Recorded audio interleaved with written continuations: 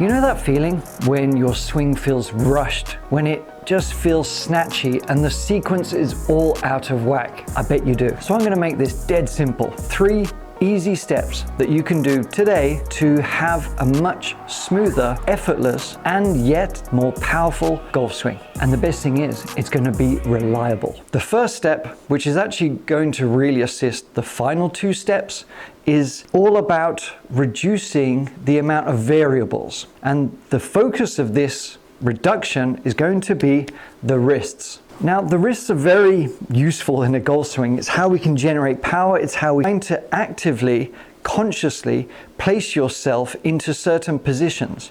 And what it starts to feel like is somewhat of a manipulation, if you will. And this manipulation, okay, it leads to lack of distance, a poor sequence, because we start off snatching it away here, trying to find our certain placement. So what I want us to do, we're going to almost take the hands, the wrists specifically, out of the swing. And that's going to feel a bit strange at first because, as I said, most of you are going to be starting your swing with the wrist. So if you're like, well, if I'm not starting the swing and if I'm not actively hinging them up, how do I swing? Well, that's where we get on to number 2 and 3. I'm going to grab a golf club and I want you to, without thinking too much about specific technique, I want you to just make a backswing and I want you to do 0. And I mean 0 wrist hinge, okay? I don't want you to consciously at all hinge your wrists, whether you're, extension, whatever you call it, whatever you think about. If you do, I don't want you to do it at all and have a little swing. If you've done this relatively correctly, you'll find that when you make a backswing here, okay, and you're doing your normal sort of swing, you'll find that the club sort of doesn't travel very far unless we have our body working a bit better, which is what we're going to do in step 2 specifically. But before we get there, I want you to just have a few swings, okay, where we're making almost a no wrist golf swing, just a sort of half movement, if you will, just arms to about 9 to 3, okay? That's all we're going to think about. But I'm doing 0 wrist hinge, okay? And if you can, next time you're at the range or you're at home in a net or wherever you may be, I want you to just try and feel a swing where you're literally not using the wrists, okay? And what you'll find is it's very difficult when you don't use the wrists to snatch it away. I mean, you can, but it starts to feel a bit ridiculous. Because if I snatch there, okay, the whole movement looks very forced and unnatural. So if we try and do that task of not moving the wrists and we just try and smooth out that tempo, if we just think, all right, no wrists, and start feeling what that does. What does that sensation do?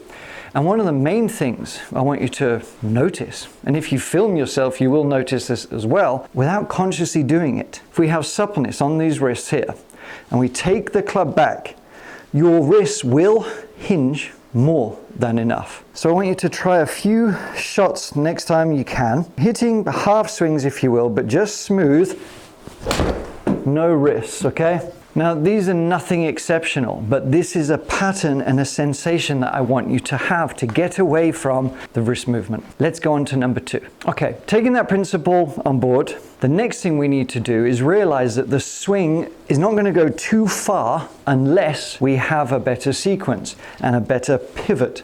And the quickest, simplest way I can show that to you is with this drill. What I want you to do is put your feet and knees together. Now this drill is actually as old as it can be when it comes to golf instruction because it is so good. One of my first videos I did on YouTube was about this. So what I want you to do is put your feet and knees together here. And you're going to hold a club just as if you're tossing a caber, right? And you're going to not snatch it away, but I want you to feel a nice smooth tempo where we're turning our pelvis this way and we're using the movement and we're winding back down. So we're going to wind up, rotate behind us. I'm looking behind me there, and then I'm going to toss the club that way. Right?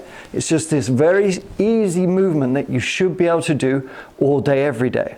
And the reason why this works so well when it comes to a smooth golf swing is because it's very difficult when you have your feet and knees together to do the faults that make a jerky swing. Aside from the takeaway, it's going to stop the upper body moving this way. It's going to stop the leaning back this way, where we're trying to hit it too hard. And it's going to stop the lunging at the ball, again, trying to hit it too hard. So when you've practiced that for 5 minutes, don't even worry about a club initially, whether you've got a club to hold or not, but just working on this movement, making sure that you get behind and get through with balance. That is it. Then what we can do is see how well we can perform this task with the first one of having no wrists. But before we do, let's see what it looks like if I do this and I try and use, trying to get really focused on there. So it's going to be like that, okay? I'm trying to get as much power where I'm using the wrists. It's not a particularly great result. But if I do the same feeling and I have the ball in the middle of the stance, I've got my feet and knees together, I'm just letting my arms hang down naturally here, okay? What I'm going to do is just allow my body to look behind me, and I'm going to have a nice smooth tempo working through, but I'm using minimal, none. I'm actually thinking about no wrist hinge, okay? So I'm going to go there, all right?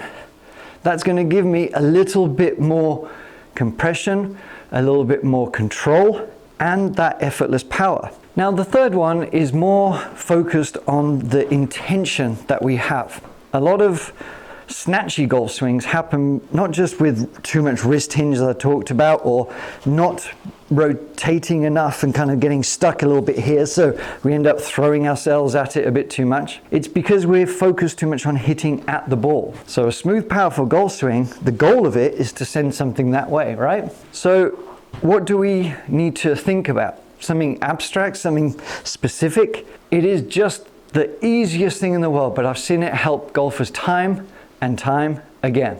But what we're going to do, and this works so well on the golf course, is the only thing you're going to think about is as you get through to the finish, as you get through impact and through the ball, I want you to touch your knees together.